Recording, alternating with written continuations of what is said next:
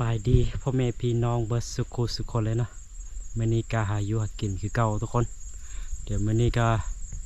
สิพาทุกคนไปรอยิงหนูพุกเนาะทุกคนเนาะเพราะว่าเมนเพื่อนขอมานะว่ารีวิวสอนวิธีว่าสิไปวางกองเข้าวางจังใดเขาสิเลือกพื้นที่จังใดนะทุกคนมันก็ง่ายๆนะทุกคนเนาะบอลยากอย่างมันก็แล้วแต่ว่าเขาอยากใส่บอลใดก็ได้นะแต่ว่าเขาเลือกบอลที่มันนั่นถ้าดีที่สุดมันฮูของมันนะทุกคน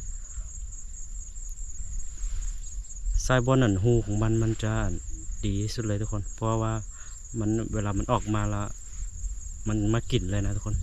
เราได้ยิงแบบง่ายๆนะทุกคนบ่ได้นั่งเฝ้าโดดนะทุกคนแต่ถ้าบ่เห็นฮูก็วางไปที่แบบห้อยหนูบดเส้นทางของมันนะทุกคนโอเคเดี๋ยวสิพาทุกคนไปเบิ่งกันเลยเนาะทุกคนว่าใส่จังไดเนาะทุกคนเนาะโอเคก็เพื่อนก็ขอมาโดดแล้วเนาะ2-3 นาทีก่อนแล้วแต่ว่าช่วงนี้เป็นช่วงที่แบบปีใหม่นะทุกคนปีใหม่ละขาเวียกติดงานอย่างหลายพวกทุกคนก็เลยบ่มีโอกาสบ่มีเวลาพาทุกคนมายิงหนูพาทุกคนมาเบิ่งวิธีวางกองเข้านะทุกคนแต่มื้อนี้ก็มีโอกาสก็สิพาทุกคนไปโอเคไปเบิ่งกันเลยว่าสิเฮ็ดจังไดวิธีที่อันนี้สำหรับวิธีที่ค่อยใส่ประจันนะทุกคนนะบ่ฮู้เพราะทุกคนอาจจะมีวิธีของไผของมันนะทุกคนแต่ว่าวิธีนี้เป็นวิธีของค่อยใส่ประจันนะทุกคนโอเคไปเบิ่งกันเลยทุกคน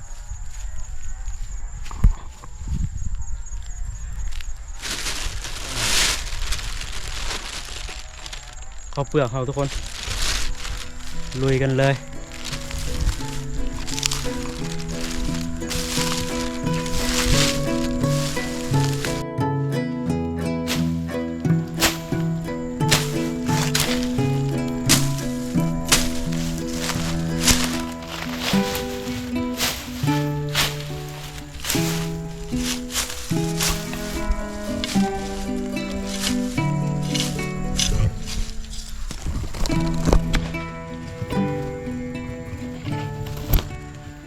อันนี้จะเป็นหอยของมันทุกคนเดี๋ยวเขาสิวางกองเข้าอยู่บนนี้แล้วนะทุกคนเนาะมันบริเน้นว่าสีวางบอนใดมาบอนใดมาบอนใดบ่มาสินะทุกคนบอนใดก็ได้ถ้าเป็นหอยของมันหรือหูของมันนั่นแหละทุกคนเพราะว่าเขาจะบริวางแต่กองเดียวเนาะเขาจะวางไปทั่วที่ทั่วแดนเลยทุกคนโอเคลุยกันเลย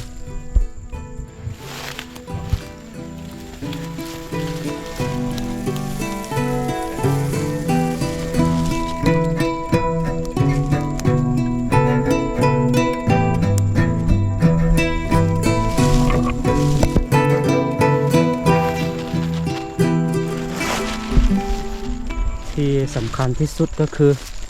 เขาต้องเบิ่งระยะห่างที่เขาปืนเขายิงถึกนะทุกคนเนาะเอาระยะห่างที่พอดีให้นะทุกคนบ่ต้องใส่ไกลไหลหรือว่าบ่ต้องใส่ไกลไหลนะทุกคนถ้าเขาใส่ไกลไหลเวลาเขาย่างมาแล้วหนูสิหนีก่อนนะทุกคนนะหรือว่าถ้าเขาใส่ไกลโพดหนูบ่ได้หนีแต่ว่าเขายิงบ่ค่อยถึกนะทุกคนเนาะเขาก็ต้องใส่เวลาก็เอาประมาณเนาะทุกคนเนาะประมาณนี้แหละประมาณนั้น4 เมตร 5 เมตรหรือว่า3 เมตรประมาณนี้แหละทุกคนโอเคลุยต่อเลยทุกคนตอนนี้ก็ใกล้จะมืดแล้วทุกคนเนาะ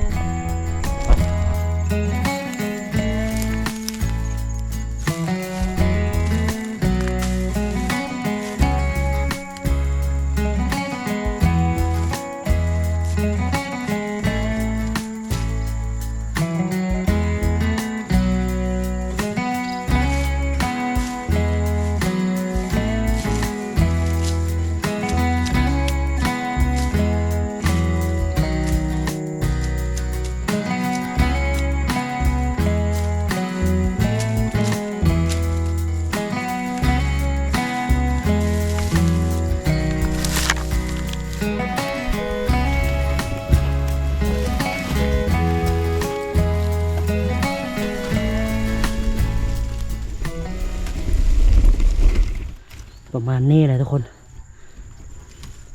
บอนใดมีห้อยของมันละใส่ไปรถทุกคนเพราะเขาไม่ได้ใส่แต่บอนเดี่ยวนะเขาต้องใส่หลายๆเพื่อเพราะมีมันไม่ได้มาแต่บอนเดี่ยวนะทุกคนนะมันออกเวลาออกหากินมันจะออกหากินไปทั่วที่ทั่วเด่นเลยนะทุกคนเราก็เลยต้องวางไปทั่วที่ทั่วเด่นเลยบอนหนึ่งบ่มีบอนหนึ่งต้องมีแน่นอนทุกคนโอเคลุยต่อนี่จะเป็นหอยของมันทุกคนหอยของมันไม่เลยทุกคน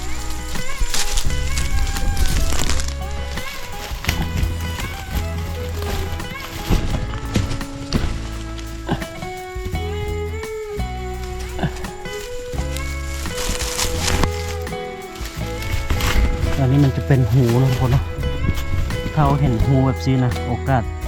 กาสจะได้ยิงไวกว่าหมูทุกคนพอนเป็นหูเลยมันเป็นหูแล้วมันจะออกมาทำอิดเลยทุกคนถ้าเราหาได้หูจะถือว่ามีรุ่นก่อนเลยทุกคนโอเคลุยต่อ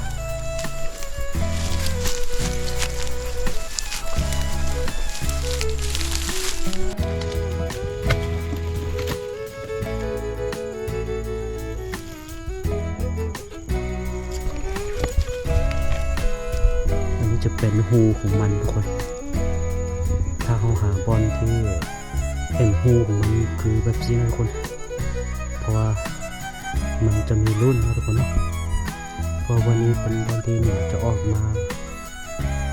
ทำอิดเลยทุกคนโอเคทุกคนตอนนี้เขาก็วางกองเข้าเป็นที่เรียบร้อยแล้วนะทุกคนนะนี่แต่ว่ามานั่งท่าเบิงรุ่นตัวแรงว่าสิมีหนูป่ะทุกคนโอเคไปนั่งท้ายมันมืดแล้วสิพาทุกคนมากันนะทุกคนนะโอเค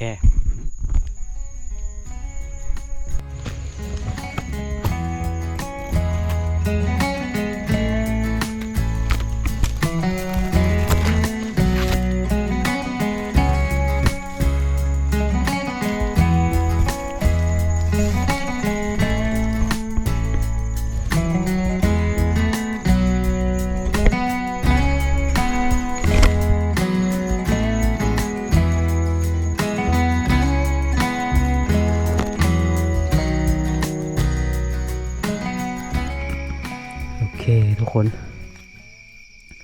ตอนนี้มันก็มืดแล้วนะทุกคนเนาะเดี๋ยวจะพาทุกคนไปรุ่นไปก้านน้ำกันทุกคนโอเคไปรุ่นน้ำกันว่าซีเมนูออกมาทุกคน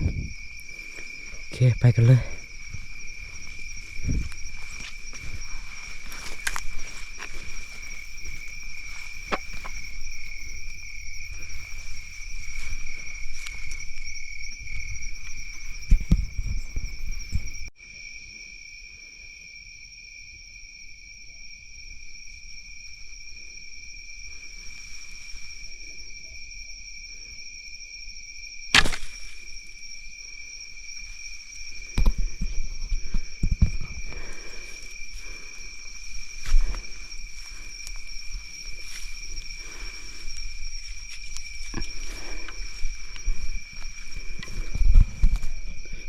บอถึกทุกคนเสียดาย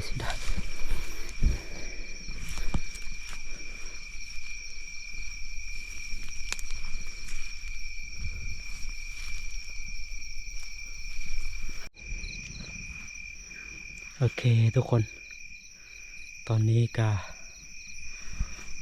8 โมงนะทุกคนนะแต่ว่ามันล้มแหงโพดทุกคนหนูไม่ได้ออกเลยหนูบ่ออกเลยมันนี่นะเห็นแต่2 ตัวแต่ว่ายิงตัวหนึ่งบ่ถึกนะทุกคนนะเดี๋ยวนั้นเราบ่ออกเลยทุกคนเห็นมันหอยมันยังไม่ไหม้อยู่ทุกคนแต่ว่ามื้อนี้เห็นลมมันแหงโพดนะมันก็เลยบ่ได้ออกมากินเหยื่อเขาเลยทุกคนโอเคจะได้ก็อย่า คลิปนี้ก็ขอลาไปก่อนนะทุกคนนะโอเคมีแต่ว่าถ้าผู้ใดมาเห็นคลิปนี้ก็อย่าลืมกดไลค์กดแชร์กด Subscribe เพื่อเป็นกำลังใจเฮ็ดคลิปต่อๆไปนะทุกคนโอเคเจอกันคลิปหน้านะทุกคนนะเสียดายนะวันนี้ลมมันแห้งโพดทุกคนแล้วก็หนาวอีก